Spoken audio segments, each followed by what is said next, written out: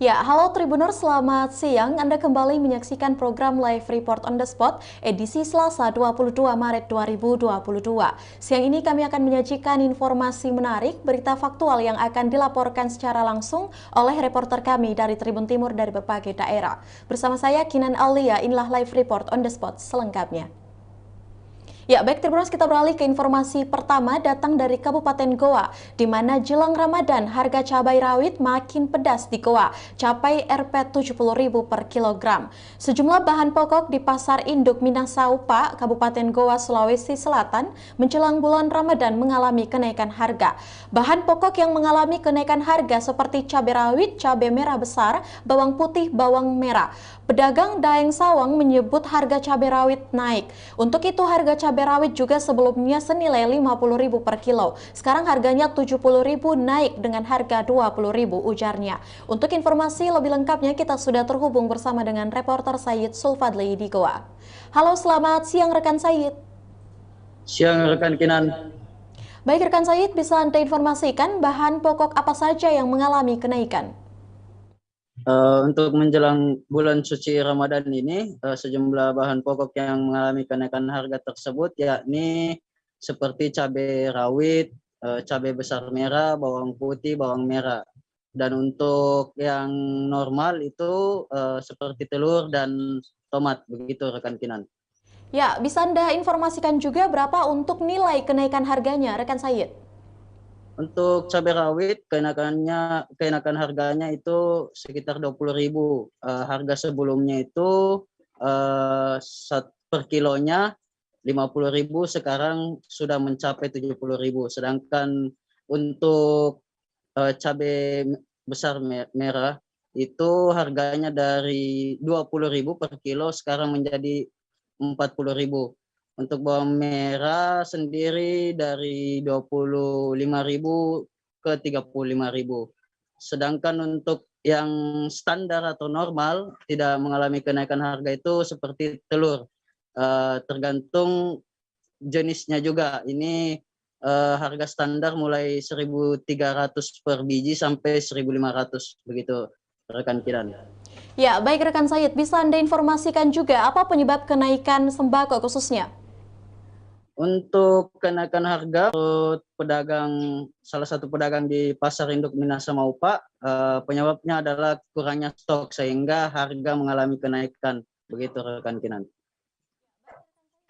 Terima kasih untuk laporan lengkap Anda. Selanjutnya Tribuners, kita akan menyaksikan hasil wawancara langsung yang telah dihimpun oleh wartawan kami bersama dengan salah seorang pedagang atas nama Daeng Sawang. Berikut liputannya untuk Anda. Harga telur 40 paling tinggi. Kalau sebelumnya berapa, Pak? Kalau dulu 35, penetongnya 45. Harganya standar gitu. Oh, standar. Ya, Tapi bagaimana untuk pembeli sekarang? kurang. Kurang juga. Butir telur tak, satu butir.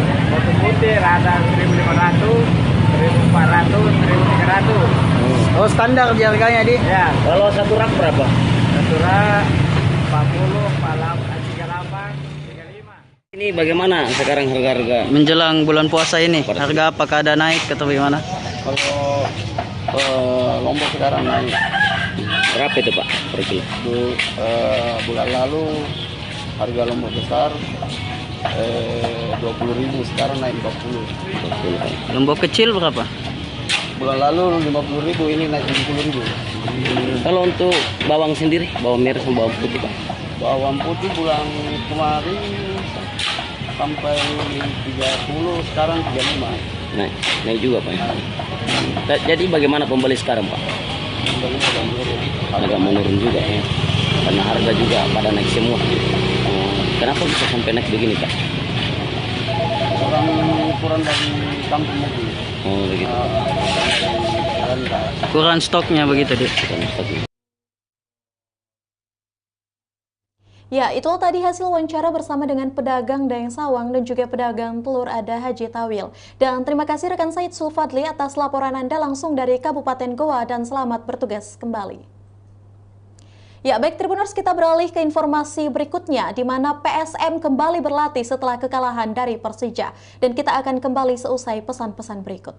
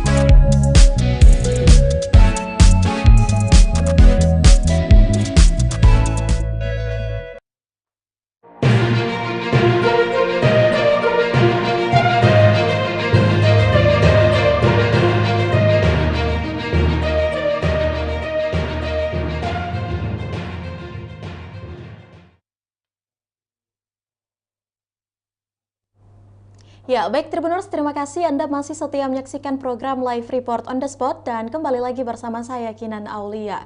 Informasi berikutnya datang dari Kota Makassar di mana PSM kembali berlatih setelah kekalahan dari Persija.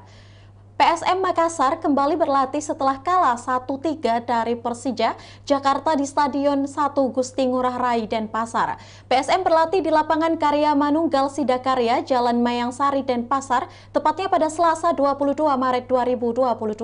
Skuad Laskar Pinisi tiba sekitar pukul 9.57 WITA dengan rombongan yang dipimpin langsung oleh pelatih kepala Jubgol. Untuk informasi lebih lengkapnya kita sudah terhubung bersama dengan reporter Kaswadi Anwar. Baik, halo, selamat siang rekan Kaswadi. Ya, selamat siang rekan Kinan. Ya, baik rekan Kaswadi, bisa Anda informasikan apa saja kegiatan yang dilakukan PSM setelah kalah 1-3 dari Persija Jakarta? Ya, terima kasih Kinan. PSM kembali berlatih pada Selasa 22 Maret 2022 setelah mengalami kekalahan 1-3 dari Persija Jakarta di Stadion I Gusti Ngurah Rai pada Senin 21 Maret 2022 sore. Mereka berlatih di lapangan Karya Manunggal Sandikarya di Kota Denpasar. Latihan dipimpin langsung oleh kepala pelatih Jobgal, di mana pemain yang mengikuti latihan ini hanyalah pemain yang tidak menjadi starting lineup atau 11 susunan pemain yang melawan Persebaya. Pemain yang ikut latihan dalam pada pagi hingga siang tadi, yakni pemain-pemain yang ada di bangku cadangan maupun pemain yang minim mendapat menit bermain ketika lawan Persija Jakarta. Adapun menu latihan yang diberikan yakni tadi pemanasan, kemudian penguatan otot, lalu diberikan masalah penyelesaian akhir, pola permainan, dan bagaimana cara bertahan untuk lebih baik lagi. Sekian rekan Kinan. Ya, baik rekan Kaswadi. Selanjutnya PSM dengan kebobolan lewat free kick. Bagaimana tanggapan Jubgol dengan hal ini? Ya, kita ketahui bersama bahwa memang PSM kemarin kebobolan 3 gol dari Persija, di mana 2 gol tersebut bermula dari free kick, dan 2 gol tersebut sangat mudah karena kurangnya antisipasi dari pemain belakang. Pelatih PSM Jobgal pun kini mulai fokus membenahi hal tersebut. Dia menginginkan para pemain untuk fokus dalam bertahan karena ini akan sangat berpengaruh kepada mentalitas maupun psikologi di 2 pertandingan akhir lawan Persiraja yang terdekat pada Jumat 25 Maret 2022 yang akan berlangsung di Stadion Kompleng Sujana, dan pertandingan terakhir lawan Arema FC, namun masih harus menunggu jadwal resmi dari pihak PT Liga Indonesia Baru selaku operator Liga Indonesia. Sekian Kinan. Ya, baik rekan Kaswadi. Lantas bisa Anda informasikan juga dengan kondisi Hilmansyah, Yance Sayuri, Anco Jansen, dan juga gol-gol? Ya, memang ada 4 pemain PSM yang saat ini di backup cedera, yakni kiper Hilmansyah. Kita ketahui bersama bahwa PSM kiper 24 tahun tersebut mengalami masalah di kakinya ketika usai kebobolan gol kedua Persija yang dicetak oleh Irfan Johari di akhir babak pertama. Dia mengalami masalah sehingga harus diganti oleh Saiful Syamsuddin. Kemudian Yance Sayuri juga mengalami masalah di kakinya sehingga ditarik keluar di awal babak kedua yang digantikan oleh Ilhamuddin Armain. Dan Anko Jensen dan gol-gol Mebratu memang sudah, untuk Anko Jensen sudah 7 pertandingan bersama PSM sudah tidak dipakai ataupun namanya tidak ada dalam daftar susunan pemain yang dibawa di setiap pertandingan. Terakhir pemain asal Belanda tersebut bermain ketika lawan Persija Tangerang, itu pun hanya 19 menit. Setelah itu harus diganti karena masalah cedera. Sementara gol-gol mengalami masalah di pahanya ketika lawan Persipura, dan 2 pertandingan terakhir ini dia tak dibawa, dan keduanya pun tidak terlihat dalam sesi latihan PSM pada hari ini. Dari pelatih PSM, Jobgal juga menuturkan dia masih melihat kondisi 4 pemain tersebut sebelum laga melawan Persiraja Banda Aceh yang akan berlangsung pada Jumat 25 Maret mendatang. Jadi untuk kepastian 4 pemain ini diturunkan atau tidak, pelatih asal Belanda tersebut harus menunggu waktu dulu untuk memutuskan apakah mereka layak dimainkan atau tidak. Sekian Kinan.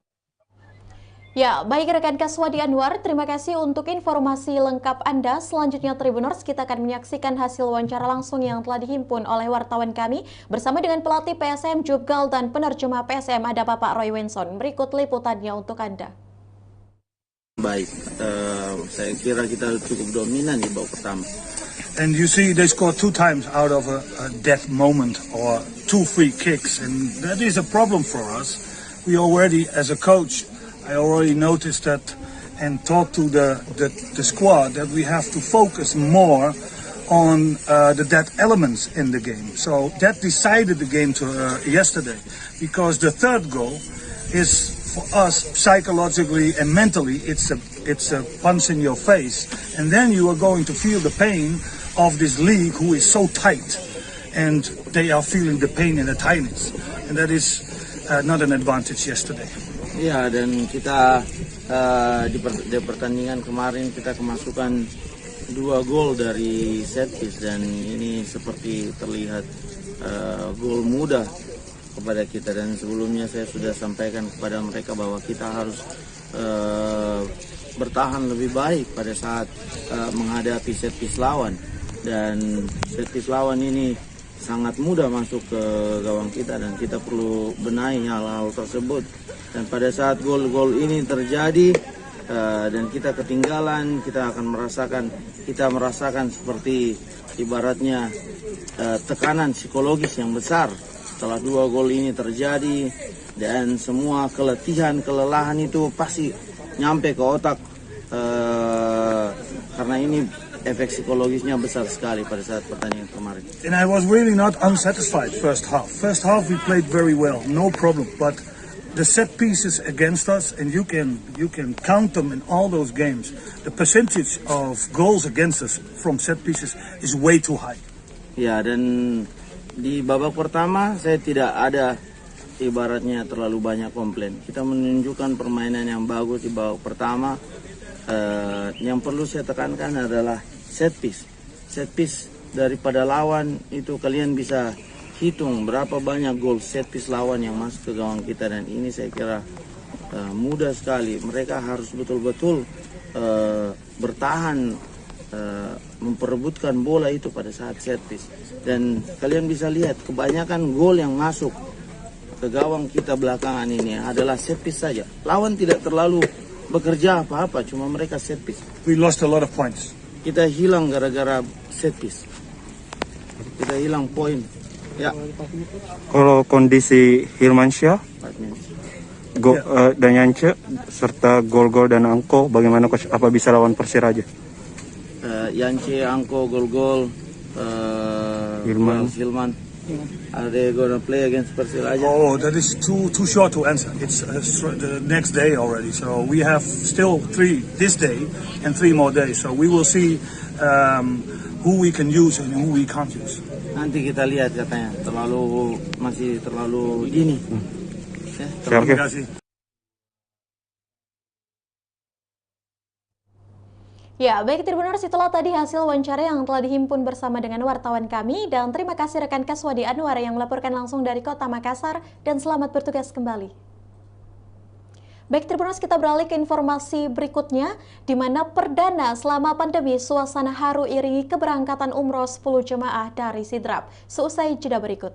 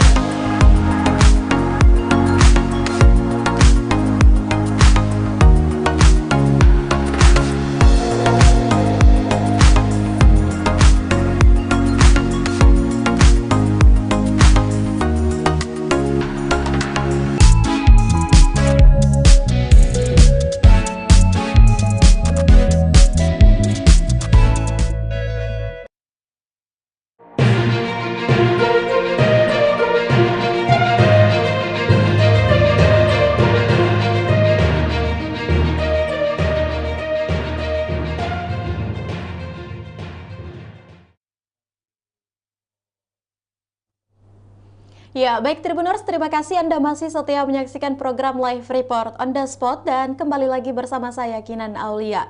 Informasi berikutnya datang dari Kabupaten Sidrap, di mana perdana selama pandemi, suasana haru iringi keberangkatan umroh 10 jamaah dari Sidrap.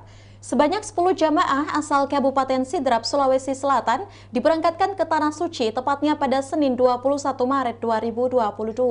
Terdiri dari 9 jemaah perempuan dan 1 laki-laki. Suasana haru menyelimuti pemberangkatan umroh, di mana para jemaah menangis sembari berpelukan saat pamit dengan sanak keluarganya. Tangis sanak keluarga juga pecah saat jemaah umroh menaiki kendaraan yang ditumpanginya. Pemberangkatan ini dilakukan setelah pemerintah Arab Saudi menerima kembali jemaah asal Indonesia. Setelah vakum selama 2 tahun karena pandemi COVID-19, travel yang memberangkatkan jemaah umroh ini adalah PT Annaba International Cabang Sidrap. Pemberangkatan perdana pasca 2 tahun pandemi COVID-19 ini berlangsung di Jalan Angkatan 66 nomor 134 Kadidi, Kecamatan Pancarijang. Untuk informasi lebih lengkapnya kita sudah terhubung bersama dengan reporter Nining Anggraini. Ya, baik, halo, selamat siang rekan Nining. Ya, selamat siang Kinan. Baik rekan Nining, bisa Anda informasikan bagaimana dengan suasana keberangkatan jemaah umroh?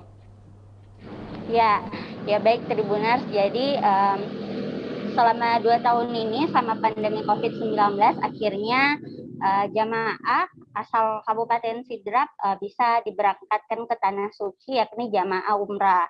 Nah, suasana haru pun menyelimuti pemberangkatan umroh ya kemarin Tribuners, karena para jemaah ini menangis haru sembari berpelukan saat pamit dengan sanak keluarganya.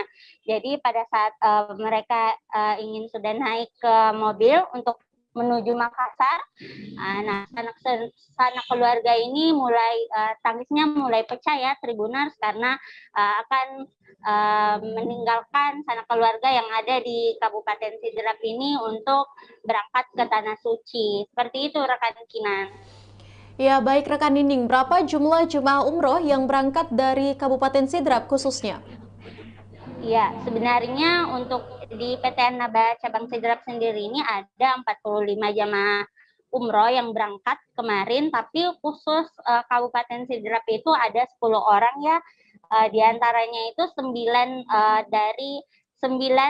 perempuan dan 1 jamaah laki-laki. Seperti itu, Kinan. Ya, baik. Apakah ada keberangkatan umroh selanjutnya dari Sidrap khususnya, rekan Nining? Ya, baik. Jadi memang Wakil Bupati Sidrap, Pak Mahmud, mengatakan ia berharap akan ada keberangkatan selanjutnya ya, tidak berhenti dengan 10 orang tersebut kemarin, karena memang jamaah atau calon jamaah umrah ataupun haji di Kabupaten Sidrap ini sudah menumpuk ya Tribuners. Jadi pihak pemerintah Kabupaten Sidrap berharap akan ada keberangkatan selanjutnya lagi, tapi belum diketahui pasti itu bulan berapa. Jadi masih sementara menunggu Tribuners. Seperti itu, Kinan. Ya, baik, terima kasih rekan Nining Anggraini untuk informasi lengkap Anda. Selanjutnya Tribuners, kita akan menyaksikan hasil wawancara langsung yang telah dihimpun oleh wartawan kami bersama dengan pimpinan PT Annaba Cabang Sidrap, ada Bapak Muhammad Tasri, dan dilanjutkan oleh Wakil Bupati Sidrap. Berikut liputannya untuk Anda. Yang pertama, bersyukur alhamdulillah saat ini sudah ada kesempatan oleh pemerintah Arab Saudi untuk membuka kembali jamaah haji. Kita tahu di Kabupaten Sidrap ini kan banyak sekali antrian ya. Nah, saat ini dari Annaba Tour and Travel ini perjalanan perdananya setelah COVID-19. Ya, mudah-mudahan seterusnya terus menerus ibadah umroh ini tetap terbuka, sehingga warga masyarakat Sidrap khususnya yang belum berangkat segera diberangkatkan semua. Kita berharap setelah mereka pulang dengan selamat, tentu harapan kita bahwa Sidrap akan lebih religius, lebih sejahtera masyarakat. Syukur kepada Allah Subhanahu wa taala setelah kurang lebih 2 tahun mandek pelaksanaan ibadah ke Tanah Suci, alhamdulillah sudah terbuka sekarang kurang lebih 1 bulan yang lalu, dan ini adalah pemberangkatan pertama di masa pandemi. Tidak boleh istilah corona yang menghalangi kita untuk beribadah. Alhamdulillah pada pagi hari ini kita pemberangkatan perdana. Total jemaah yang kita berangkatkan 45, 10 dari sini dan akan nanti gabung di Makassar 35 jemaahnya insyaallah. Alhamdulillah Wakil Bupati tentu tadi kita semua menyaksikan Pak Kandab dan ada tokoh masyarakat ulama yang sempat berdiri pada kesempatan hari ini. Kemudian selanjutnya insyaallah semangatlah kita kaum muslimin dan muslimat masyarakat sini di Lapan dan nasional, insyaallah semangatlah untuk kita bisa beribadah ke depan ini, karena insyaallah akan semakin hari semakin terbuka lebar dan akan kembali stabil seperti biasa pelaksanaan ibadah haji dan umrah ini.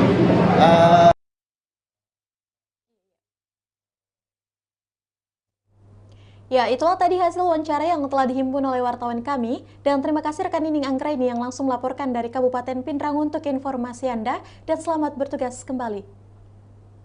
Ya, baik Tribuners, kita beralih ke informasi berikutnya, di mana Sulsel tuan rumah Munas, pengusaha Makassar selangkah lagi jadi ketua PSMTI seusai jeda berikut.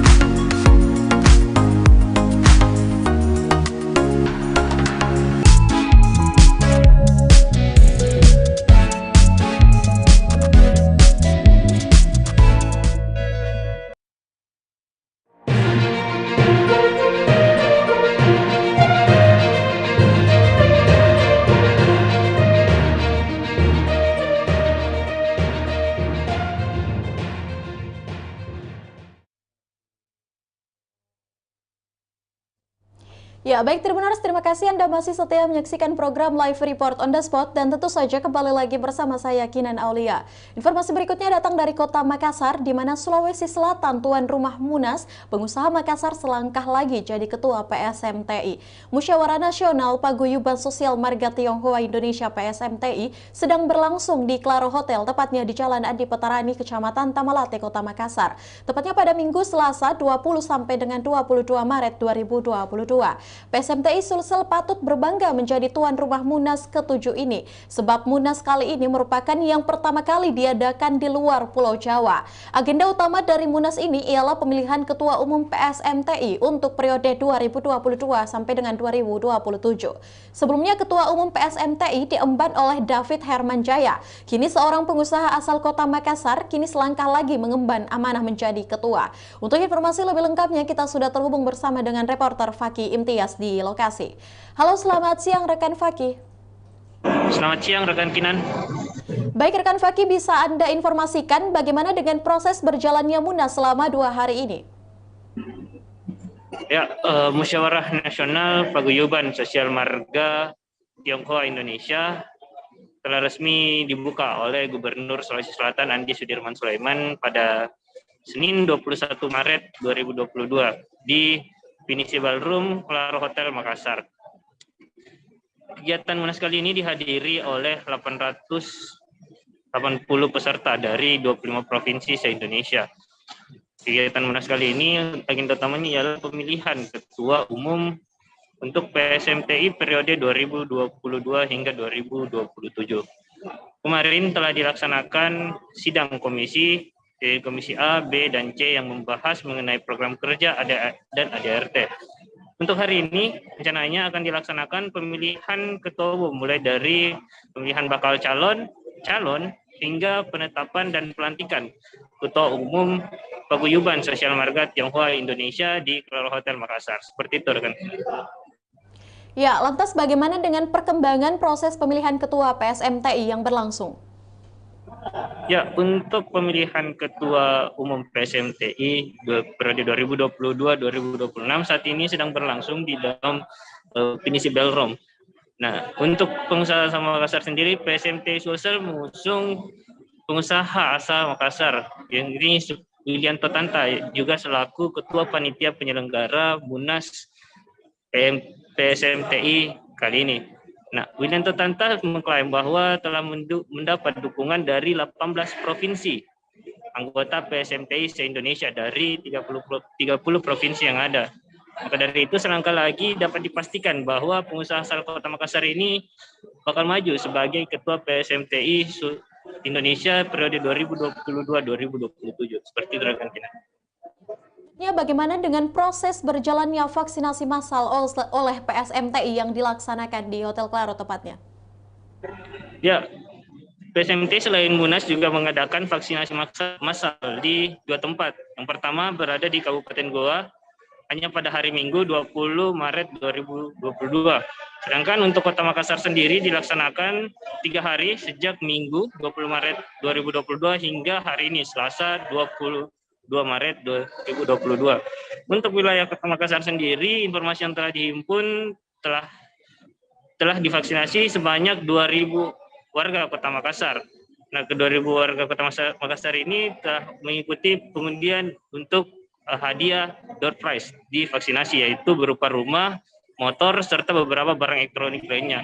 Hingga saat ini proses vaksinasi masih terus berjalan di parkiran Claro Hotel Makassar hingga pukul 4 sore nanti. Seperti itu rekan Kinan. Ya, baik, terima kasih rekan Fakih untuk informasi lengkap Anda. Selanjutnya Tribuners, kita akan menyaksikan hasil wawancara langsung yang telah dihimpun oleh wartawan kami. Bersama dengan Ketua Panitia Munas PSMTI, ada Bapak Willianto Tanta. Berikut liputannya untuk Anda. Seperti tadi teman-teman media yang sudah tadi tanya Bapak Ketua Umum kita, Bapak David Hermanjaya, Ketua PSMTI Sulsel, BPJK.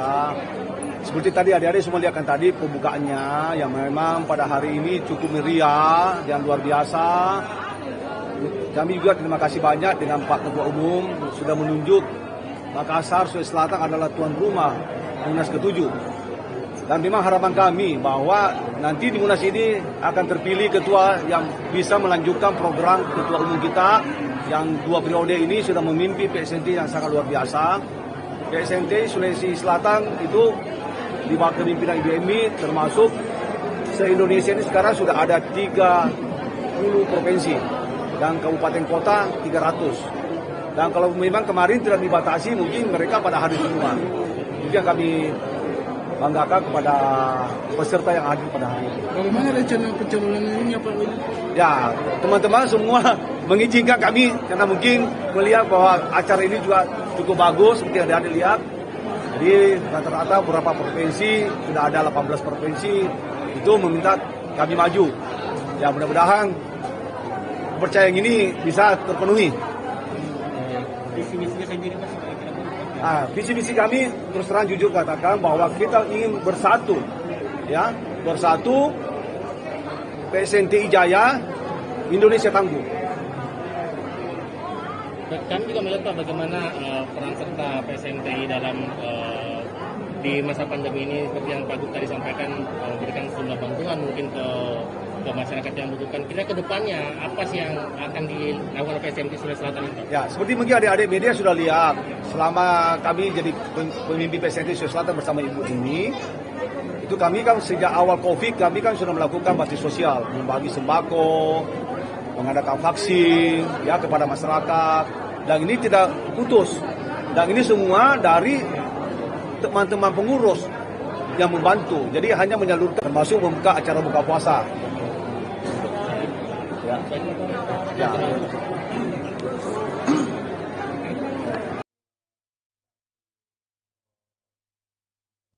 Ya, itulah tadi hasil wawancara bersama dengan narasumber yang telah dihimpun oleh wartawan kami. Dan terima kasih rekan Faki Imtias yang melaporkan langsung dari Kota Makassar untuk informasi Anda. Dan selamat bertugas kembali.